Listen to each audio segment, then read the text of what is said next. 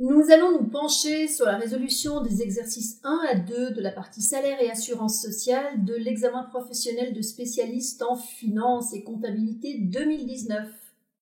Que dit la consigne de l'exercice 1 ? Point 1.1. Dans le domaine de la LAA, il existe deux formulaires de déclaration de sinistre, la déclaration d'accident LAA et la déclaration d'accident bagatelle LAA. Expliquer sous forme de mots-clés l'usage de ces deux formulaires.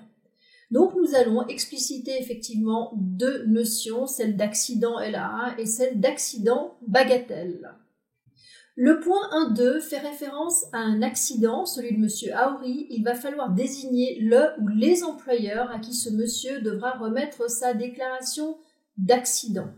Donc nous allons ici parler des notions d'accident professionnel versus accident non professionnel.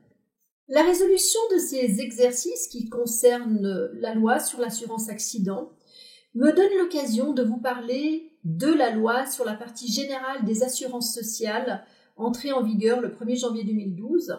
En abrégé, ça donne la LPGA. En son article 4, elle va définir l'accident. On va lire cette définition. Atteinte dommageable, soudaine et involontaire, portée au corps humain par une cause extérieure extraordinaire qui compromet la santé physique, mentale ou psychique ou qui entraîne la mort. Savez-vous que cette loi dite fédérale sur la partie générale des assurances sociales joue un rôle essentiel pour la cohérence du système social suisse de protection sociale ?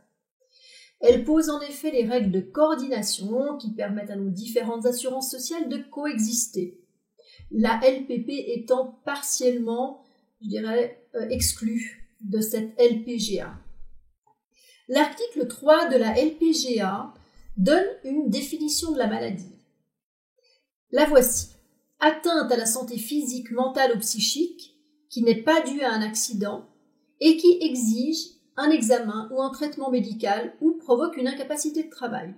Autrement dit, si l'un des aspects cités plus haut fait défaut, c'est-à-dire l'atteinte soudaine et involontaire, la cause extérieure ou extraordinaire, à ce moment-là, l'événement n'est pas considéré comme un accident, mais comme une maladie. L'assurance accident couvre également les maladies professionnelles. L'article 14 de l'ordonnance sur l'assurance accident donne une définition des maladies professionnelles. Il s'agit de maladies dues exclusivement ou de manière prépondérante dans l'exercice de l'activité professionnelle à des substances nocives et à certains travaux. Lorsqu'on dit de manière prépondérante, il faut effectivement que ces maladies soient causées à plus de 50% par l'activité professionnelle. Quand il s'agit effectivement de substances nocives, eh bien celles-ci sont listées à l'annexe 1 de l'ordonnance sur l'assurance accident. On citera par exemple l'ammoniac, le brome, le mercure comme effectivement des substances nocives qui peuvent déclencher des maladies professionnelles. Quant aux travaux et aux lésions que ceux-ci peuvent provoquer, l'annexe 1 les mentionne également. Lorsqu'il est sollicité par un collaborateur pour établir une déclaration d'accident, l'employeur ne peut établir un diagnostic de l'atteinte à la santé dont on lui fait part. Ce n'est d'ailleurs pas son rôle. Dans l'hypothèse qu'il s'agit d'un accident, il établira donc la déclaration et l'assurance LAA vérifiera ensuite que l'événement déclaré constitue bien un accident au regard de la loi en vigueur et non pas une maladie. Or, ce n'est pas toujours chose facile, même pour les assureurs. Je vous propose un petit quiz qui nous amène à déterminer si on est en présence d'une maladie ou d'un accident. Ce sont 5 cas qui sont répertoriés par la SUVA sur une page de son site. Premier cas.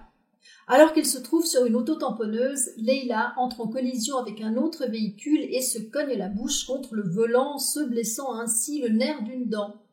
On a affaire à un accident. Souvenez-vous, une atteinte soudaine et involontaire, une cause extérieure extraordinaire. Voilà, c'est le cas. La situation numéro 2. Catherine souffre d'un sifflement continu aux oreilles après avoir assisté à un concert de rock. Eh bien, dans ce cas-là, l'assurance accident a rendu une décision négative car on n'avait pas de caractère soudain de l'atteinte puisqu'un concert de rock nous soumet à un niveau sonore élevé et ceci durant une longue durée. Le troisième cas, ça c'est bon à savoir, Noah se fait piquer par une tique, il s'agit d'un accident. Quatrième cas, Lucien achète une pizza garnie d'olives sans précision quant au fait qu'elle soit dénoyautée ou non. Il se casse une dent à cause d'un noyau. On peut s'attendre à trouver des noyaux de cerises dans une pizza. Donc, il s'agira malheureusement d'une maladie, enfin malheureusement dans le sens où effectivement l'assurance maladie est moins favorable financièrement que l'assurance accident pour la personne qui est lésée. Et le dernier cas concerne également une histoire de noyau. En mangeant de la confiture de cerise, D se casse une dent en deux en mordant sur un morceau de noyau. La confiture avait été confectionnée par sa belle-mère qui a procédé au dénoyautage manuel des cerises. Eh bien, dans ce cas, la belle-mère ayant effectivement procédé, qu'il soit manuel ou automatique, à ce dénoyautage, on ne devait pas s'attendre à trouver un noyau. Bon, ce cas a pris 1 an avec une détermination du tribunal cantonal du canton de Vaud, la Cour des assurances sociales en l'occurrence, mais finalement, la décision a été en faveur de la personne lésée. Après nous être arrêtés sur ces définitions, celle de l'accident, la maladie et notamment de la maladie professionnelle, couverte également par la LAA, je vous propose ici d'observer les 2 formulaires que propose l'assurance accident. Le premier formulaire s'appelle Déclaration de sinistre LAA. Qu'est-ce qu'on y voit? Eh bien, on y voit effectivement une section qui comporte des données salariales.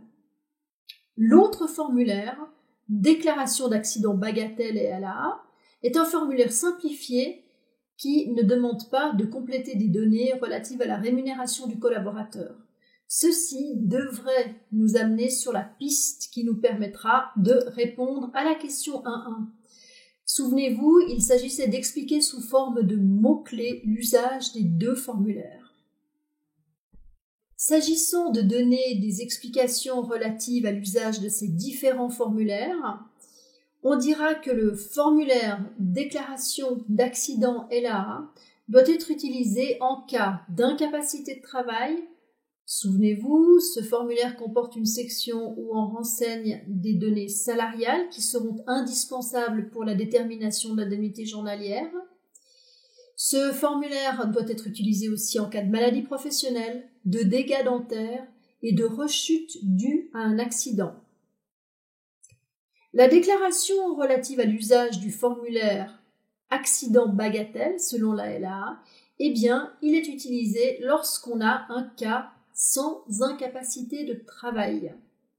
Afin de répondre à la question 1.2 qui évoque l'accident de M. Aouri dans le cadre de la pratique de ses loisirs, il faut savoir que la loi ne traite pas les accidents professionnels et non professionnels de la même manière.